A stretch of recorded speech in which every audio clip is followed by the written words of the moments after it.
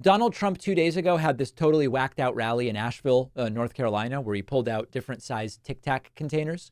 This is actually very interesting. Trump did an interview with the local ABC affiliate, ABC 13, at that rally.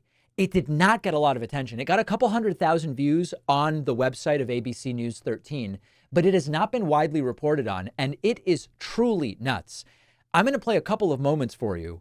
In this first moment, Trump makes the absolutely ridiculous claim that if he becomes president, energy prices will drop 50%. That's like a double exclamation point, 50%. What are you talking about? The economy is the number one issue to voters, again, in a big way, especially that includes swing voters in very crucial swing states like North Carolina. They want specific economic policy promises. Specifically, what can you tell me what the average American household can save per month, per year, under another Trump tax cut? Well, they'll be per year, they'll be saving many thousands of dollars. Many. We're going to bring energy prices down to a level that they haven't seen since 4 or 5 years ago. We were energy independent. We were going to soon be energy dominant. We'll have energy prices down. I believe we'll have them cut by 50% and even more. Okay. Think of how ridiculous that is. I am not a betting man. I would bet anything that Trump does not decrease energy prices 50%. It's 2016 all over again. Jared will solve the Israeli-Palestinian conflict during my first term. We will build a wall across the entire U.S.-Mexico border in my first term that Mexico will pay for. We're going to fix trade by putting tariffs on China, which will make things more expensive for American companies. Those were unbelievable claims in 2016. These are unbelievable claims now. And by the way, he keeps saying we're going to be energy independent. We are more independent as far as energy goes today than we ever were under Trump by his definition, which is oil and gas production.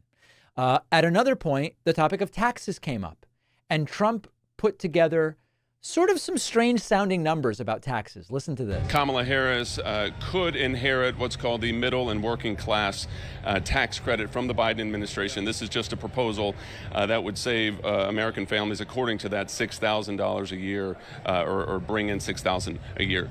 That they would repeal your 2017 tax law to do that. How does that make you feel? And how does someone from Western North Carolina take all of that in? Well, they'll be paying 3 and 4 times more taxes if they do. I got the largest tax cut that has been given, bigger than Reagan, bigger than anybody. And it expires fairly shortly into the next administration. If they cut that, if they don't do anything with it, if they don't extend it or do something with it, the people of North Carolina will pay 4 times more tax than they. 4 times more tax. Kamala Harris will raise your taxes 4x. So I guess like if you're in the 25% tax bracket, you will now pay 100% tax.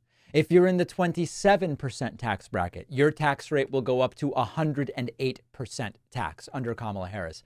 These things are meaningless in the sense that he's using words. I recognize the words. They're words from the English language, but they don't make any sense. He was asked, how will you stop price gouging? And he says, by drilling for oil. Huh? As Kamala Harris says, her day one promise, if elected, would be attacking price gouging in America to help with daily expenses. What is Donald Trump's day one promise? Well, there's no such thing as her going out and doing that. What you want to do is create the incentive so that people can't cheat. They can't price gouge. And the way you do that is drill for oil and get everything down. And all of a sudden, people can't do that. They can now because there's such a scarcity of everything. You can price gouge. Can you understand what he's saying? If you drill for oil, all of the prices will come down and no one will be able to price gouge. People can price gouge now because there's scarcity. What is he talking about? I mean, this is not competent speech in any way, shape, or form. And the interviewer, I can't say the interview is doing an awesome job of combating some of these claims. Trump does make it difficult to do that because he just steamrolls you and he keeps going. The new one that they're floating is the economy at the end of the day is not that important. And Trump's pushing that one, too. Short time ago, the economy in your mind may not be the biggest topic happening right now. Why did you say that? And what would you say it is? Well, it seems to be the economy if you look at polls, but I also think it's the border. It's millions and millions of people coming into our country from prisons and jails, from mental institutions, and even insane asylums where they're closing up all over the world.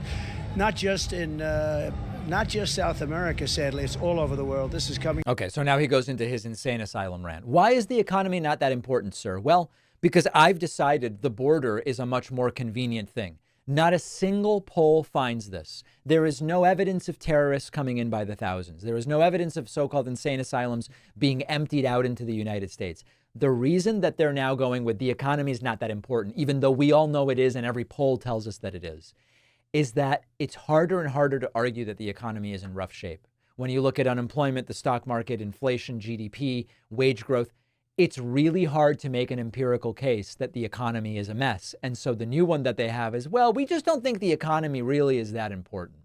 Last clip from this, Trump asked about the assassination, and he says he believes it was God. That's what saved him. Last question, Mr. President. 1 month ago, an attempted assassin tried to take your life.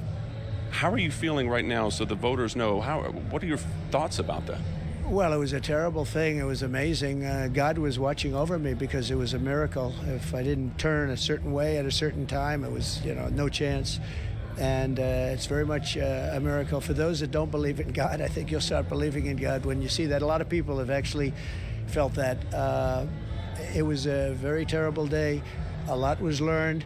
We lost a great person in Corey. We have 2 other people that were very badly hurt, weren't really expected to live, and they are living, and they're going to be okay.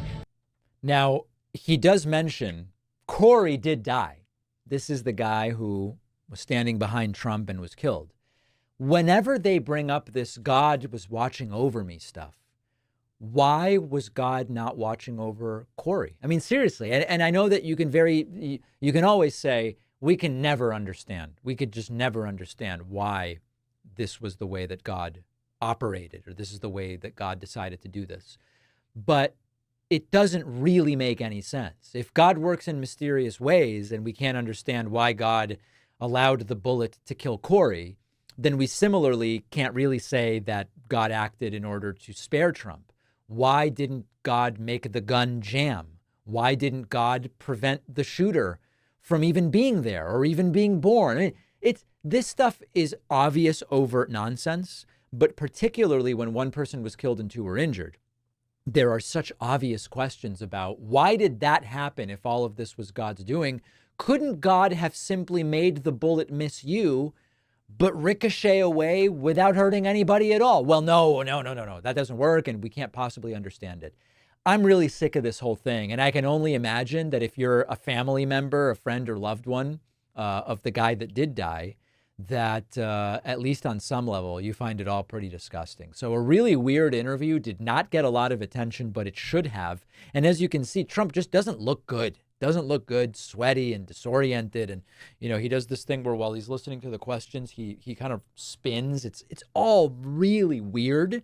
And the alternative is Kamala Harris, who's filling arenas and answering questions that are asked of her and just kind of existing in a marginally more normal way. So we've got a long way to go, but it's hard not to look at the totality of the situation and say, it's looking okay. It's certainly looking okay.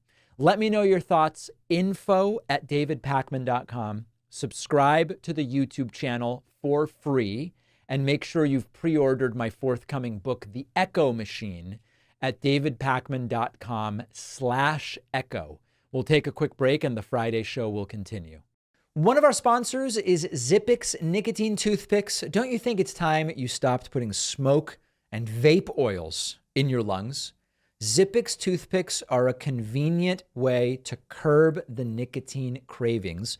Zippix toothpicks are super discreet. You can use them anytime, anywhere smoking and vaping aren't allowed, including flights, sporting events, in restaurants. They're available in 6 different flavors with options of 2 and 3 milligrams of nicotine.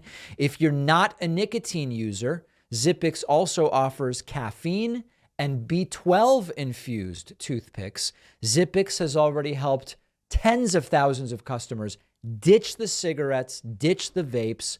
They might be able to help you too. If you're a smoker or a vapor, give Zippix toothpicks a try. Your lungs will thank you. Go to ZipixToothpicks.com today. Save 10% with the code PACMAN10 at checkout.